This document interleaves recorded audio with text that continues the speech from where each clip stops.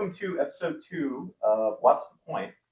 And today we're going to be discussing the hidden toll of data centers. So first thing we want to say real quick is just a hello to our audience and give everybody, a little bit of a shout out that's been following along, giving us some feedback. We're trying a different format and style today as we're experimenting through just a few things up front as, we're learning as we do this.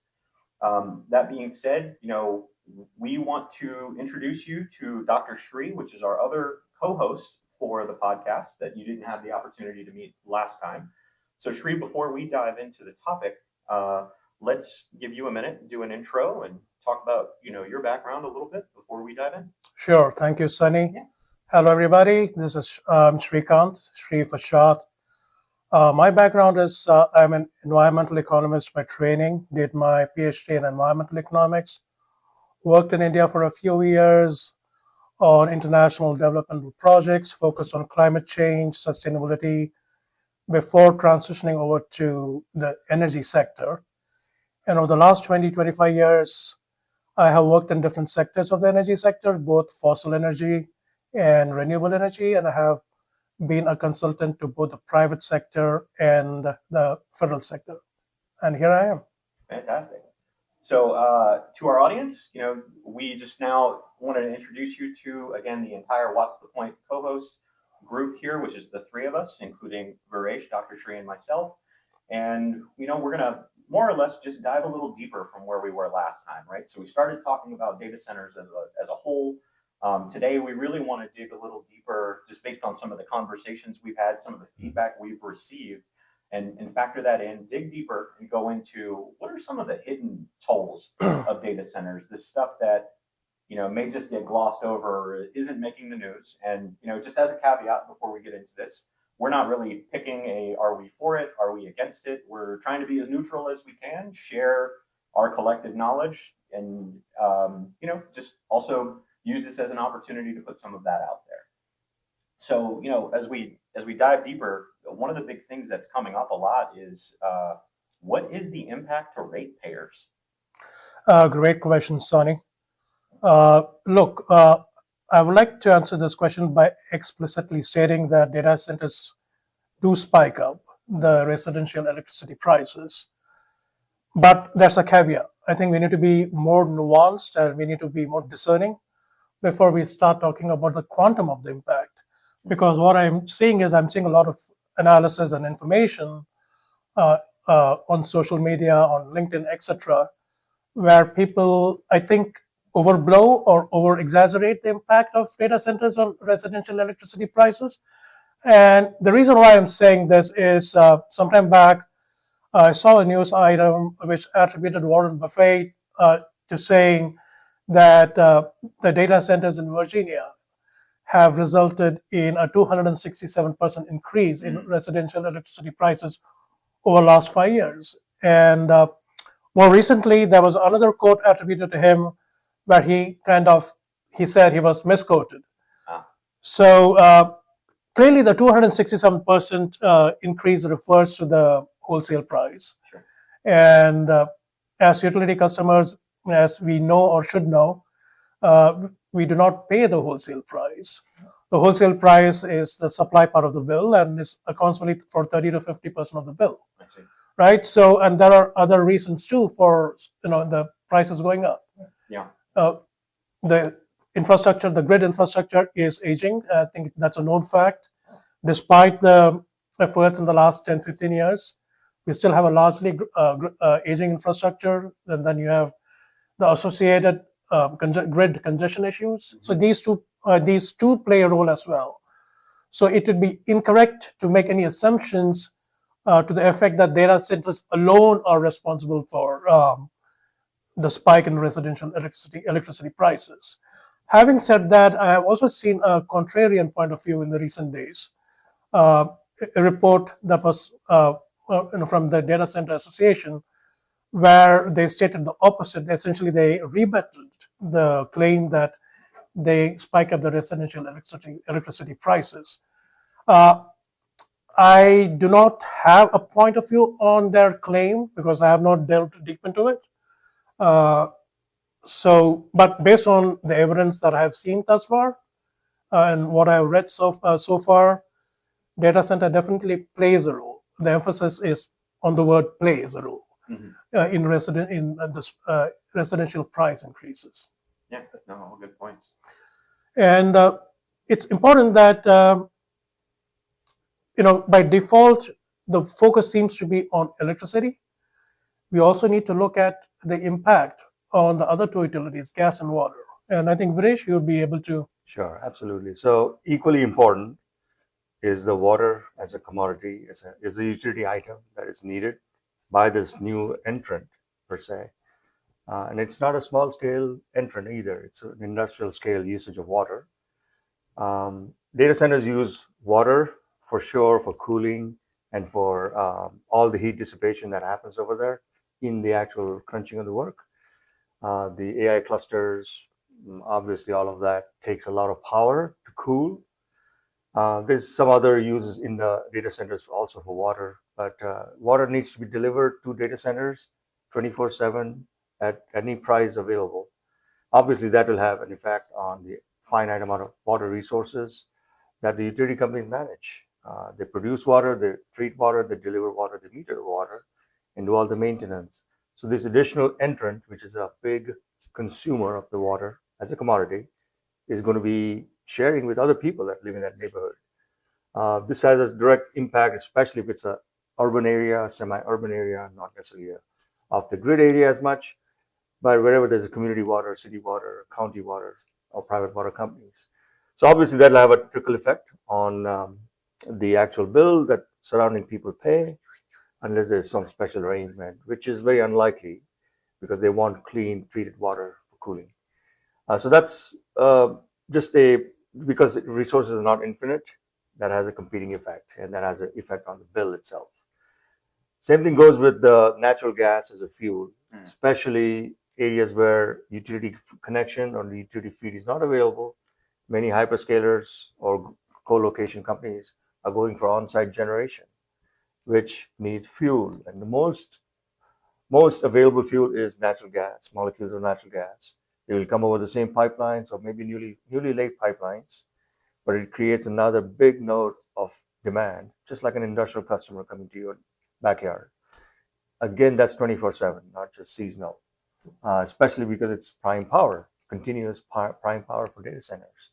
So that's that quantum of jump in the demand of gas, natural gas, which runs either reciprocating engines or it could be gas turbines. It's incremental load and incremental demand on the same supply line. So that also has an effect on the rates that the utility people pay for natural gas. So both, I think I would just concur with Sikant there that these three major essential utilities for for data center companies would have some kind of diluting effect or some kind of spiking effect on the surrounding other consumers. Yeah, and I think from the average consumer perspective, right? Yeah. Appreciate you guys unpacking that. It's I look at my utility bills and all I see is it's going up month over month, year over year, right? And I think the question that the average citizen would have in that sense is like, is this ever going to stop? What does it look like? Because all they see is the impact to them personally, their family, their household. They don't necessarily see the benefit or the other side of it from, I can't see it, I can't touch it, I can't feel it. I just know it's costing me more to do the same thing I was last time, right? Yeah, interesting that you mentioned that, because just this morning I was reading an article which said that data centers, increasingly they are trying to go behind the meter. Right. And this analysis said that if the data centers go behind the meter, it's going to actually spike up their bills even more. Yeah. So so the impact on the prices, the utility prices, electricity, water, gas, I think it's definitely going to be there. So, and I think that's tricky, right? Because the idea of you want to connect or you want more of the resource, we will self-fund or find our own internal way to do it. But going behind the meter and still has a transfer cost back to the average consumer, it leads to the natural, like, well, then why are we doing this question that's unanswered for a lot of people on, what's the reasoning? What's the rationale? What's the point? And yeah, pun intended.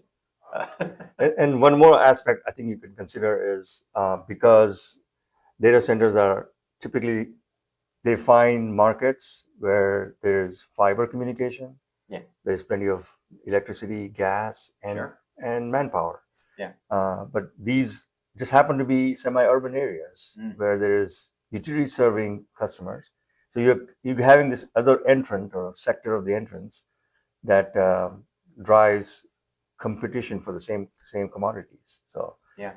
um, Well, so let's kind of shift gears, right? I mean, it's what are your thoughts on, what's the impact from a air emission? Is this polluting the air? We're hearing a lot of this is going to affect heat and how heat's transferred or naturally just heating up the surrounding area of the data centers. What are your guys' thoughts on those aspects? Or again, the drain on natural resources being clean water that's usable? mhm. So, in terms of the impact on air pollution, look, it's not a myth, right? These concerns are not out of place, it's not that they are misplaced. These are genuine concerns. And there are serious apprehensions on whether, you have a lot of clean energy, renewable energy today, but whether that is going to be sufficient of that to meet the energy requirements of a data center is a big question mark. And essentially, what that means is we are already seeing increased reliance on natural gas to meet these requirements, but we are also seeing the retirement of coal plants being delayed, right?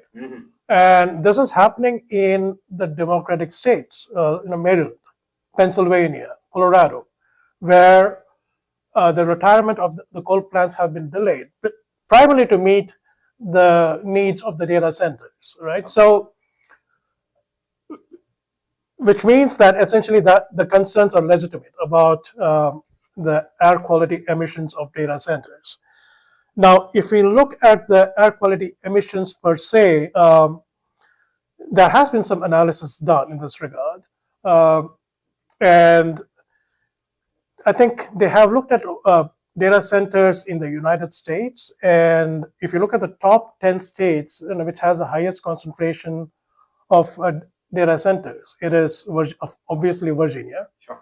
Texas, California, Illinois, and Georgia. These are some of the states that feature in top 10. And the global external damages due to data center nationally is estimated to be about 10 to 30 billion dollars. The median is 24 billion dollars. So what do we mean by global external damages, right? So external damages, I think, is nothing but negative externalities. I think everybody understands that. But here, the global refers to the fact it's not that it's going to affect rest of the countries, but the global here refers to the fact that the pollution, the emissions is going to move in the air. It's not going to be restricted to where the data centers are. Right. It's going to affect the neighboring states and beyond, right? Yeah. So the global external damages is estimated to be $24 billion. And of that, Virginia and Texas is estimated to account for 30% of that. Right. Right? Just two states, 30%, which is $7 billion. Now, and just to stay with that thought for a minute, that's today's numbers based on what's active today. Right? Absolutely. That's a great question. Yes, that is based on the current capacity of data centers, not taking into account the plant capacity. Right.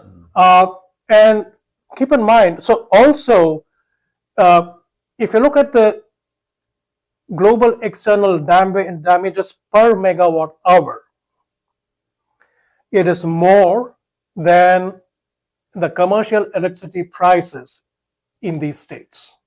Interesting. So what does that mean? That the data centers are not paying for the negative externalities that they cause, right? And this is a topic which is a bit close to my heart because some years back I did an analysis on gas peaker plants, and they also cause a lot of emissions. And my theory was it's not just enough to look at the levelized cost of energy generated. You have to also include the social cost or the social damage that they cause into the levelized cost. And if I were to extend that argument, I would say the data centers should be made to pay for the damages that they cause. Right. So if the commercial electricity price is 6 cents per kilowatt hour, and the damage that they cause is 10 cents per kilowatt hour, they should be made to pay 16 cents per kilowatt hour, not 6 cents. This is easier said than done. There are a lot of legal and regulatory and policy hurdles to cross before we come anywhere close to doing this. But that is an important issue to look at when we talk about the air emission impact of data centers. Yeah.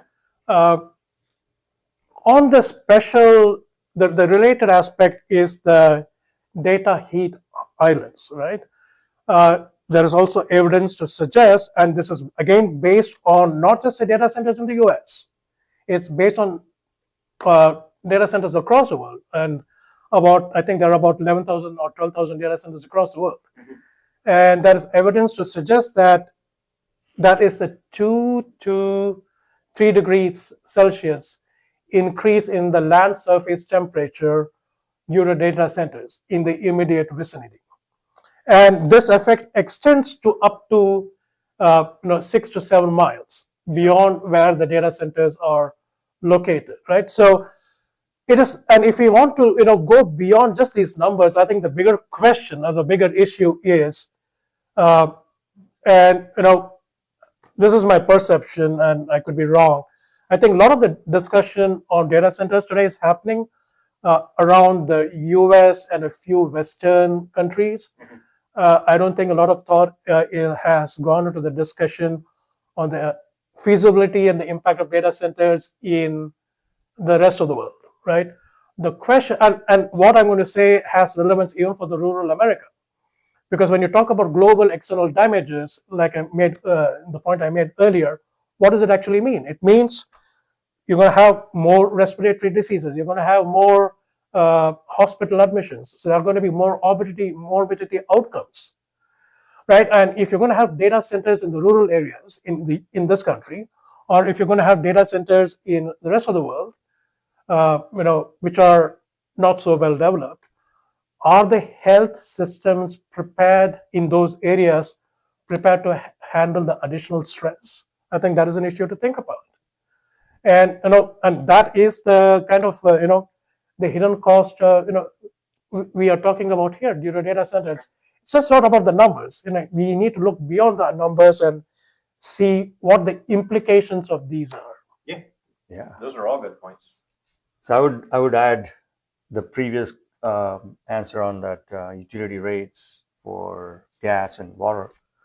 Specifically water, let's just consider water as an important commodity, how it will have a societal impact, the Yeah. community impact, the indirect impact. It could be detrimental or hardship.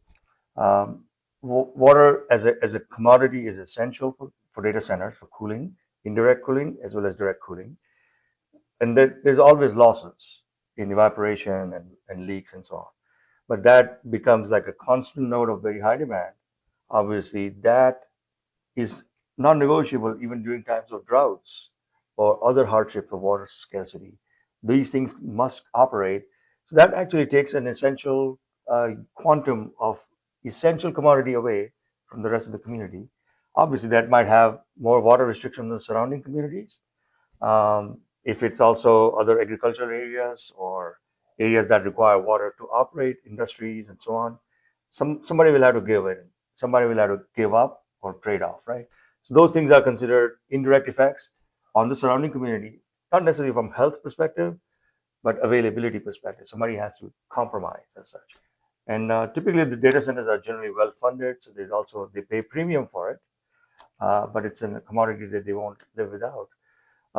The other thing I would say from a community perspective, impact perspective, is especially when you do on-site generation, and also a lot of cooling, there's going to be a lot of acoustic noise. Mm. That is almost like noise pollution that Sure. you don't want all the time around you where people live or people operate, the schools operate. So that adds almost like a background noise that is Yeah. not of the desirable type. It's also not a white noise that you can just ignore. So it adds this additional disturbance to people's living their surroundings, their environment. I think that's something that some communities have started to kind of voice, saying that's additional noise for us. We don't want that. So noise introduction as well as water tensions that it can create during even times of hardship for the rest of the community. Yeah. I guess those are considered societal costs in my perspective. Absolutely. Yeah, and a little bit of a tangent, but you guys know this personally, but for our audience, I do real estate on the side, and one of the things that's got me thinking about is, there are clauses or documents written into real estate contracts when you're near an airport, right? Like that's a reportable thing you have to talk about. I wonder maybe someday through regulation and stuff we talked about, if there's going to be I'm so close to a data center, and now there's a noise pollution aspect that we have to declare in a real estate contract, right? And this actually kind of dovetails nicely because one of the next things we're going to talk about is land availability and prices and things to that effect. But kind of a hook in where I was going with that was the real estate costs, not necessarily in a commercial sense, but also in a residential sense. So let's talk about some of the hidden costs or the hidden toll around land and pricing and how that's starting to show a trickle effect. Sure, and I think you raised a great point about the impact on the real estate value, right? Yeah. So, say land is a finite resource. Yeah, they're not making more. Yeah. And I hear a lot of people say land is not an issue in the US. We have plenty of land for sure today, Yeah. right? But it's a finite resource. At some point, we're going to start running out, and there are going to be competing uses for land, right? So we cannot take the land for granted. So also because of the perceptions about the impact of the data centers, there has been a pushback from the residential community on the takeover of the land by the data centers, right? Yeah. And what that has done, and that has been actually one of the factors leading to the data centers moving to the rural America, right? So, and even there, they are getting a pushback from the farming community because, I mean, I would say not all farming community, some of them have, sold their land to the data center companies, but some farming community are pushing back.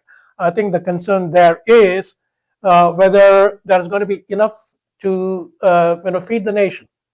And this brings me back to the days of 2006, 2007, during the days of the ethanol craze, right? And there was this classic food versus fuel debate, right? And we may see, we may end up seeing a similar debate if the use of land for data centers is not regulated. Yeah. And and also, again, similar to the point that I made earlier, is great. We have a lot of land in the U.S., but what about countries where land is at a premium, right? Yeah. And countries which are primarily agrarian. What about the feasibility of data centers there? And if data centers are going to start taking up land on the scale that we are seeing in this country, that is definitely going to be impact on food prices. But before that, that's definitely going to be a lot of pushback from both the farming and the residential community. Well, and real quick on that, as you talk about the agricultural aspects, back to something we were just talking about a minute ago, if there's air emission pollution, if there's noise pollution, it's just a warmer climate, is that also going to have an effect on the crops or, the animals from a farming standpoint, right? Like, again, I'm way out of my wheelhouse at this point, but it's as we talk about these things and go deeper, it just leaves me wondering, and I have more questions, than answers at this point. But so I'll put land as another essential site selection criteria in the whole discussion here. Yeah. You want to put data centers where you can connect to power, water, and fiber, for example. Now, there are lots of parcels of land around the world where you can still give it out because it's non-usable, non-arable, too arid. It's also called surplus land, things that nobody wants, but it doesn't have the trifecta of other commodities that are needed for data center setup. If you do this in the middle of a desert, yeah, you got plenty of free land or free available land that could be cultivated, that could be converted. However, it'll be a hard place to do any kind of fiber communication or even for the workforce part of it. You can do that for like remote, large solar photovoltaic farms. Yeah. That's perfectly fine. That can be, doesn't need to be attended so much. Also, it's where land is available and the natural conditions are available for power production. But for data centers, you've got to have a feed for communication. There are Starlink based or satellite based, communication based data center models coming up, but that's not the mainstream. The mainstream is near semi-urban areas, Sure. near urban clusters, and that itself means that demand is also going to compete for parcels of land. The other flip side, the good flip side would be that today's data center designs are a lot more compact, so they don't take massive and acres of land. So they do take less land per megawatt of compute. However, it is still too close to some communities where communities are trying to do a sprawl and expand and build out. They will be competing against the same parcels, right? So all in all, the land aspect itself is an integral part of the play here. Yeah. How it competes with the other needs of the society. Sure.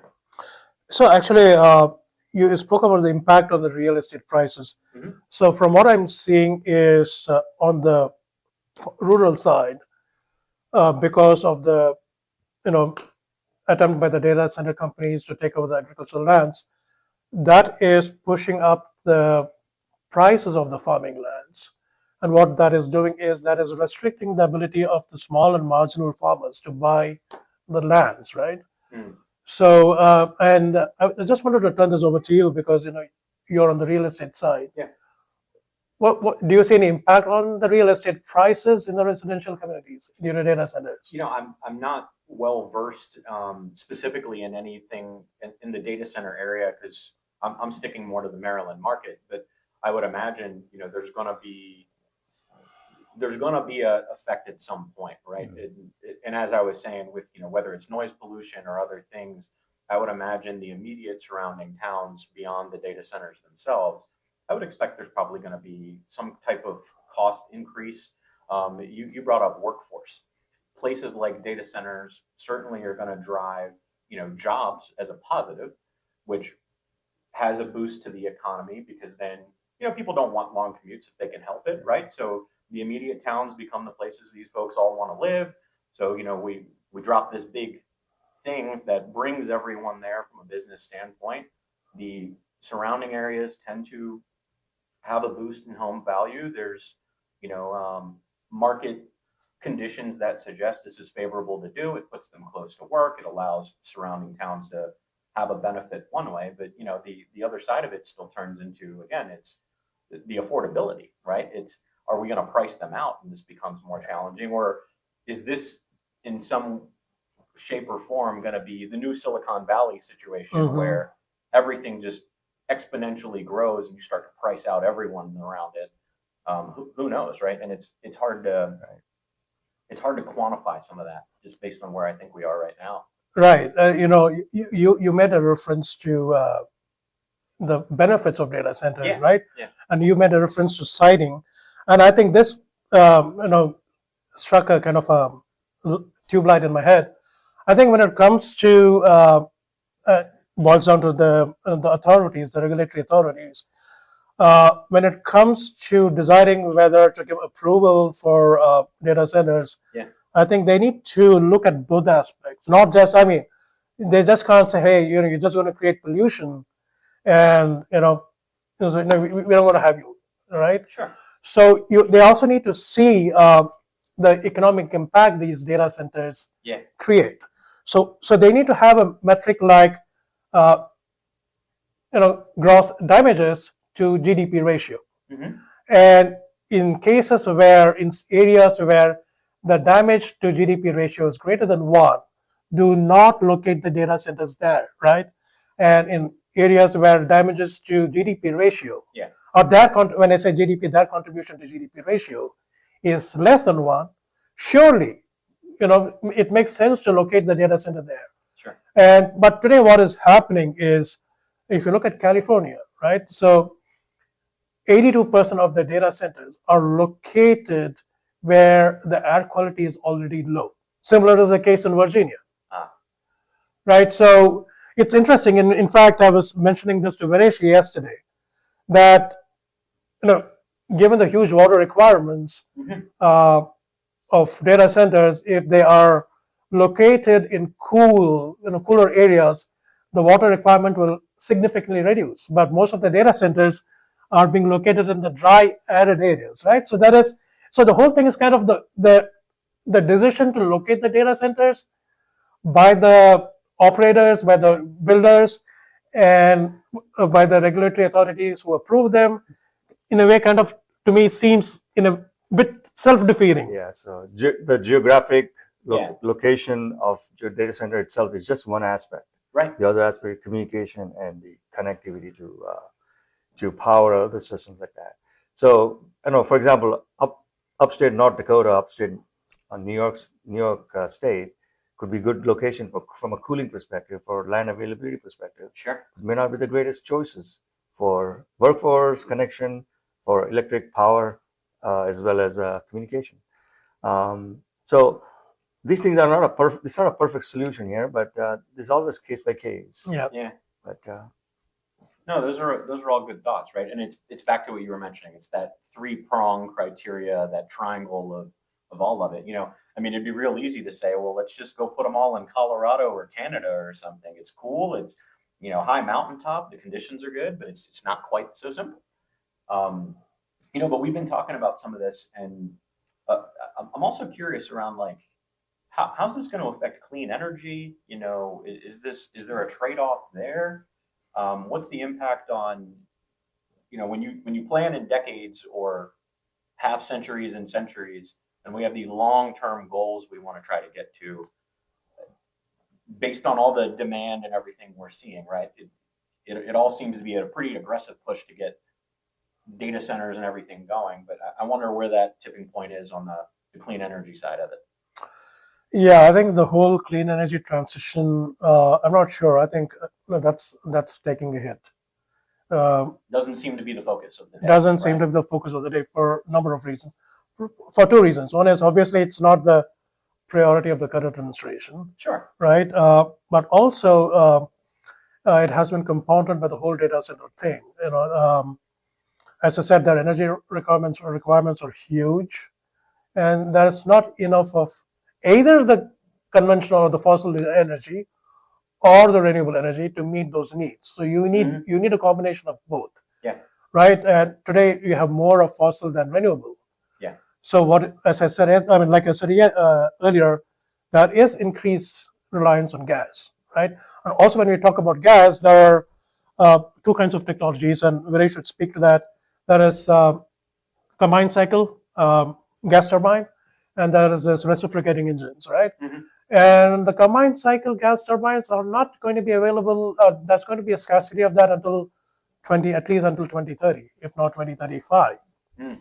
And which means if a data center is looking at gas, they need to be looking at reciprocating engines, which are much more polluting than the combined cycle, and right? noisier. And noisier. And noisier. Noisier, right? yeah. Um, So, and then, there are states, like I said, which are bringing back the coal plants and which are Sure. delaying the retirement of the coal plants.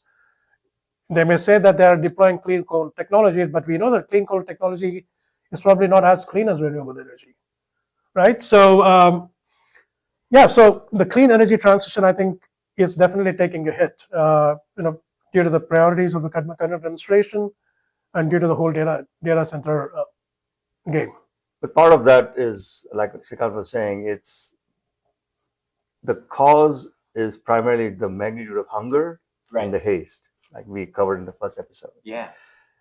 If there was a little bit of relief, there was a little bit of a roadmap or planning horizon, you can do this slowly but deliberately and add this additional stuff, additional items, additional data center capacities, and so on. And it can still fit into the clean transition picture, Yeah. big picture. You have time to plan it out and take all these things into account, growth and where, all that. But the average data center timeline for becoming operational is 12 to 18 months. That is not compatible with pipeline growth, gas pipeline growth, Yeah. power delivery growth, power delivery of the right type of power too. If you can add other dimensions like small modular reactor-based power generation, it's a great idea on paper. Maybe it's also pre-commercial right now, but the ability to do that quickly and today and tomorrow is just not there yet. So I don't think the society has had the comfort of roadmap planning, timeline planning, because of the haste and the hunger. Hunger itself being a big quantum of need and here and now.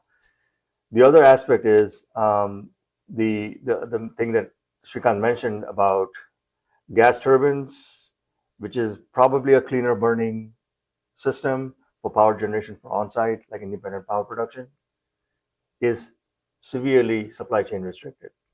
The big drivers are already there in the industry. For power generation, that's for utility companies as well as mechanical drives, that is already filling their order books for 12 to 18 months to 2 years out. And you have this additional demand from just data center on-site power. It's obviously not an easy match. Even with exponentially premiums they are ready to pay, it's still the factories don't turn that fast, right? So supply chain for gas turbines is a determining factor that we would love to do that, but it's not compatible. It's not available that fast.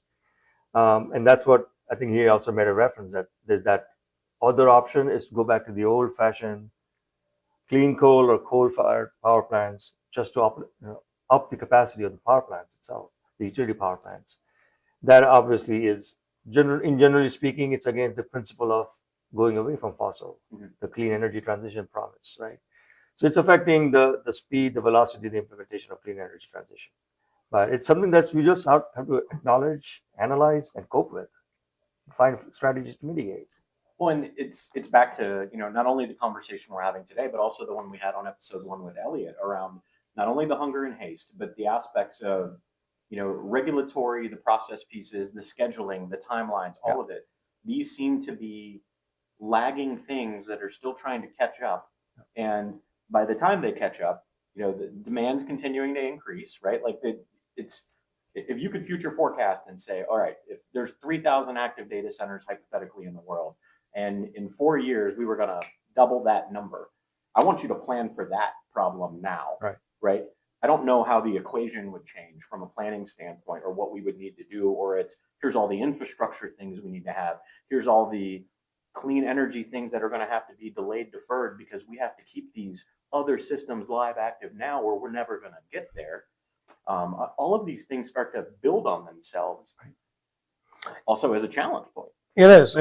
But Sunny, I think I'll go back to the point that I made at the beginning of this session today. Yeah. I mean, we are talking about the cost of data center, the hidden cost, and all that. That's fine, but I don't think the idea is to portray a kind of a impending doom, because No, definitely not. because what is happening is thanks to NIMBY, not in my backyard, and thanks to pushback from the farming community, legitimately so, because of concerns over the capacity, right? Many of the data center projects are getting paused or getting canceled. It's happened in several states. Sure. So it's going to take time for these data center projects that are in the planning stage to actually come online. Yeah. So we may see. So what I'm saying is, we may not see a drastic consequence of the growth of data center in the next few years. This pause or this temporary cancellation of the projects may actually result in a staggered impact, which can only be good for us. It will give us time to actually be better prepared to absorb the growth of the data centers. Meter in appropriately. Yeah. Exactly. So I think the society as a whole hasn't had the time or the intent to put long-term growth plan in place for this technically a fourth industrial revolution. I mean, that's what it feels like for sure. Right. And there's so much focus on it. One of the things we touched on earlier, let's go back to this, right? We briefly touched on the whole bring your own power type of initiative, right? The going behind the meter, I think is the words you used. What are your guys' thoughts on that? On the what's the impact going to be from a bring your own power initiative standpoint? So obviously, the investors, the hyperscalers, as well as the co-located data center companies, depending on their own barometer of haste and hunger, Yeah. they're ready to put more capital down and say, I want it done today. I can't wait 2 to 3 years for utility interconnect or extra feed. So they are choosing the do your own self option, the make your own power Sure. option, right? That is one clear way to do this. The limiting factors, again, the supply chain is the main issue. It's not about technology; it's about the supply chain. Gas turbines being one of the best options for on-site combined cycle generation, but you can also get beneficial heat, and you can use that for cooling through absorption chilling. There are various ways to wrap it if you had the ability to tap into a flowing supply chain. Hmm. I think the world in general was not prepared for that because gas turbines are also in demand for like aviation markets and mobility markets. So some of that is putting extra pressure on the gas turbine supply chain. I think, as far as I know, the synchronous generators that I need, the alternators on the driven end, that is not a big supply chain constraint at the moment. However, the order books are filling fast for a lot of aging equipment, Right. things that needs normal change out anyway, overalls and stuff. And then there's all these other power switch gear that you need, the substations you need, the relays you need, the giant power transformers that you need. All of that is also getting added to the order books of these apparatus companies, right? Electrical apparatus companies, I'm saying, switchgear companies. I think the know-how is all there. Is the ability to do it is also there. From an execution perspective, it's just the ability to catch up with the supply chain backlog. That is what sometimes gives sleepless nights to the independent power production plants. Yeah. But if you got to go live, you got to go live. And unfortunately, there's not an easy option to say, I'll just use that for now to get going until I get a utility connection. For example, small modular reactor based solution. Not there yet. If it was, of course, that this debate will be so much lighter, right? Yeah. Sure. Sure. And similarly, long duration energy storage.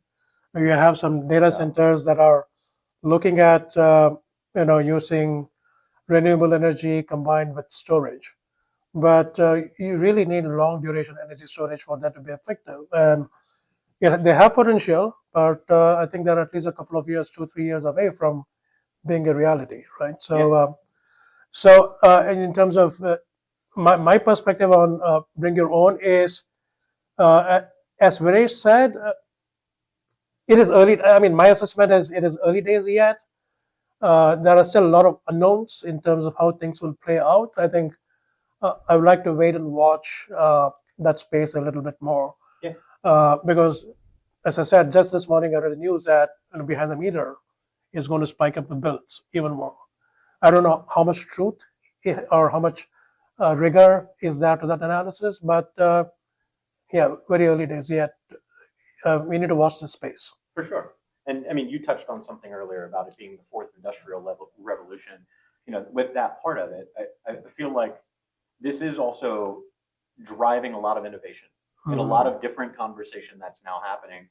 To your point of small modular reactors, other technologies that are going to surface, or how do we capture heat or transfer in different ways, or how do we not lose a lot of that so we can recycle it back in, doing those heat transfer types of things. It's going to force innovation, I think, which is going to be interesting. Absolutely. It's not all doom and gloom. No, absolutely not. No, not at all. I don't think it's doom and gloom. We just need to wear a bit of caution. That's all I would say. Yeah. Sure. And there are solutions. Yeah. There are solutions today, and there'll be solutions few years down the road as well. Yeah. So, we're getting close to bringing this one to the end here for this episode, but a couple more things we want to touch on. We talked a little about the Jevons paradox. Let's talk about that a little bit, and what's the impact of that on AI? Yeah, no, the Jevons paradox is essentially, I think we need to be cautious, and there's a lot of people are saying, there'll be efficiency gains, and once the computing need, the density of that starts to go down, the energy requirements will not be so high. But essentially, what Giovan's paradox says is if something is going to be more efficient, then you're going to use that more. Sure. And essentially, then that's going to actually negate all the efficiency gains, right? So so it could be possible that it may play out this way that 5 years or 10 years down the road, despite all the efficiency gains in terms of the technology, we find that the emissions are still the same, and that could be an G1's paradox playing out. Something to think about. We don't know whether that's going to happen or not. It's happened in other sectors. We have to wait and see whether that's going to happen in the data center market. Yeah, that's my thought. But I think the other thought is we spoke a lot about the impact on the utilities, the land, water, etc., etc. I would basically focus on the aspect that is not talked about enough, and and this is an issue, clearly an issue when it comes to critical minerals in some parts of the world, like Africa, and where the labor has been, that work in the sector, the mineral supply sector, they have been abused and they have been exploited, and there are a lot of labor issues around that. Yeah. There are similarly a lot of labor issues around energy storage manufacturing in China, and there are talks that there could be similar labor exploitation when it comes to the data center and AI market. Sure. And I think as part of the corporate social responsibility, it is incumbent on all the data center designers, builders, operators to be more conscious of the fact and make sure that we do not see a repeat of what we have seen in Africa with critical minerals and energy storage in China. So from my perspective, the organizations could be hyperscalers or could be co-locating companies that build the shell and let people use there as tenants. For them, if the corporations themselves have made a pledge of being responsible socially, corporate social responsibility, it'll be for them to kind of demonstrate the least amount of impact they've had on the surrounding communities, surrounding areas, and the environment as such. I think it's also seen as if the capital markets, which is looking at these firms which are building these, it's seen as a gauge of success in some way. If they're doing the CSR right, the corporate social responsibility right, it'll be considered a win for them showing responsibility to the society itself. Besides delivering this essential AI compute capacity, AI is, like we were talking about G1 paradox, right, earlier. It's something that hosts storage, compute, for cloud, as well as all the AI applications, and it also leads to, it's a host for the cryptocurrency market as such, the blockchain market. So all that is only going up in terms of intensity, the need. So the diminishing returns that you were referring to is possibly very, very true, because it's people are going to get more and more used to this as a methodology. So overall, I think the CSR, back to the CSR point, the corporate social responsibility, it will be a challenge for firms who build these, operate these, maintain these, to show responsibility to the environment, responsibility to the community, as well as if they've built to a LEED standard, they have to show demonstration of all the principles being met consistently. That's where some of those the metrics will come out. Right? You triggered my memory. So there are also short-term impacts, because of data center, right? Apparently, in some rural town of north of this country,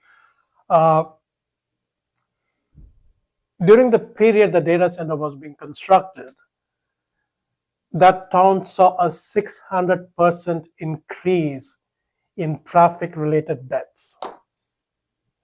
Oh. Yeah, in 2025 as compared to 2024. Okay. So, which means that the construction activity of data centers also has its own risks, which is going to impact the community. So these are not going to be long lasting. These are more going to be short term, but Yeah. I think that also fits into the corporate social responsibility Sure. for Safety practices. safety practices. Yeah. No, those are key points too. Yeah, and so from a CSR umbrella perspective, they can also do programs for the community once the data center is live for Mhm. education, internships, training, cybersecurity, Yeah. a variety of trade jobs, and so on. So those things are some things I think the corporations that build it can demonstrate, their redemption of their CSR commitment Yeah. through these activities. It doesn't have to be donations. It could be inclusive, could be a little bit more participatory for this community around them. So all of those could be other factors where they can gain cookie points towards CSR goals. Makes sense, right? And the point you just brought up, like the safety side of it, active campaigns to minimize safety incidents, right? I mean, if you've worked in different safety environments, right? My background being in the defense sector, I walked a lot of production floors in those areas, and they're always holding their safety standards as the book, the guide, the touch point they're going to, and the goal, of course, is minimize safety standards, certainly minimize broken bones, deaths, things of that nature, and it's about getting as close to perfect as you can for zero defects in that sense or zero incidents. Um, but those are key things. But there's an aspect of like, are we just paying it lip service or are we actively doing things and we can prove we're doing the right thing from a corporate social responsibility standpoint. Sure. That's a great point because a lot of companies do is It, they do greenwashing. yeah, we have a policy. It's yeah. sitting on a shelf. We've not Mhm. touched it in 10 Yep. years. Yep. Yeah. So also another important point to keep in mind is the AI supremacy battle is very important for this country. Yeah, we touched It on that is. last It is. time. It is very important for any country, right? Yeah. And data centers are here to stay. For sure. So I think, yeah, sure, there are these impacts of data centers, but we need to not just look in terms of mitigating these impacts. I think the equal focus also has to be on helping the communities adapt to the impacts. Yeah. Similar to what has been happening in climate change. You just don't have mitigation, you have adaptation. I think a similar approach needs to be there for data centers is focus has to be on mitigation and adaptation, not just mitigation alone. That might be a good setup for a future topic for us, right? Yeah. I think collectively we've talked about haven't quite settled on the right title or what we're going to cover next, but that might be a nice thing on, well, what can we do? This is here to stay for sure. So let's get beyond just, all right, is this around for a long term or not? But more of the what's a proactive approach or measure we need to start taking? How do we start holding ourselves to that standard? More grab the bull by the horns, if you will, right? We're going to be dealing with it. Yep. I think we've been going through these episodes. Like first Yeah. one was awe, now it's analyze. Then we'll get into activate, evaluate, activate, all these other steps Sure. of our journey, and it's a matter of adapting to it, essentially, not resisting it. Yeah. It's not going to go away by wishing it away. Right? So we have to find a way to cope with it, live with it, and expand it, and keep the humankind benefit in mind all the time. Yeah. Productivity, safety, communication, quality of life, all of the above. Right? Sure. Sure. Well, guys, we've been going for a while. Let's bring it to a close. Any, one last thought, one thing you want to echo or share that you may have already stated, you want to recap, or one more closing thing you want to just share before we wrap this one up. Yeah, the impact of data centers are real, but there is no need to panic. I think we need to take a nuanced and approach towards mitigating the impact of the data centers. Yeah. No need to press the panic button. Agree, and I see more of an opportunity in this kind of challenge for innovation as well as better ways of getting this done and meeting this unprecedented demand surge as such. Find ways to do this. So I would challenge that we go into the innovative mode soon and stay that way, so we can find a consistent solution for this. Sure. No, I think those are great thoughts. And, for me, it's been a great conversation so far as everything we've covered. And really excited to talk more about how do we get the bull by the horns and how are we going to innovate? How do we take that more deliberate, thoughtful, proactive approach to whatever's coming next? So with that, I think we were going to wrap this one up. So for our audience, we'll say thanks for tuning in today. Please like, subscribe, share. Those are the best compliments you can certainly give us. We're always open to your feedback. Please reach out, let us know how you're feeling about it. Give us some ideas for future topics. Our next episode we think is going to drop around mid-July, around the 19th or so. And until then, stay charged up. We'll see you next time.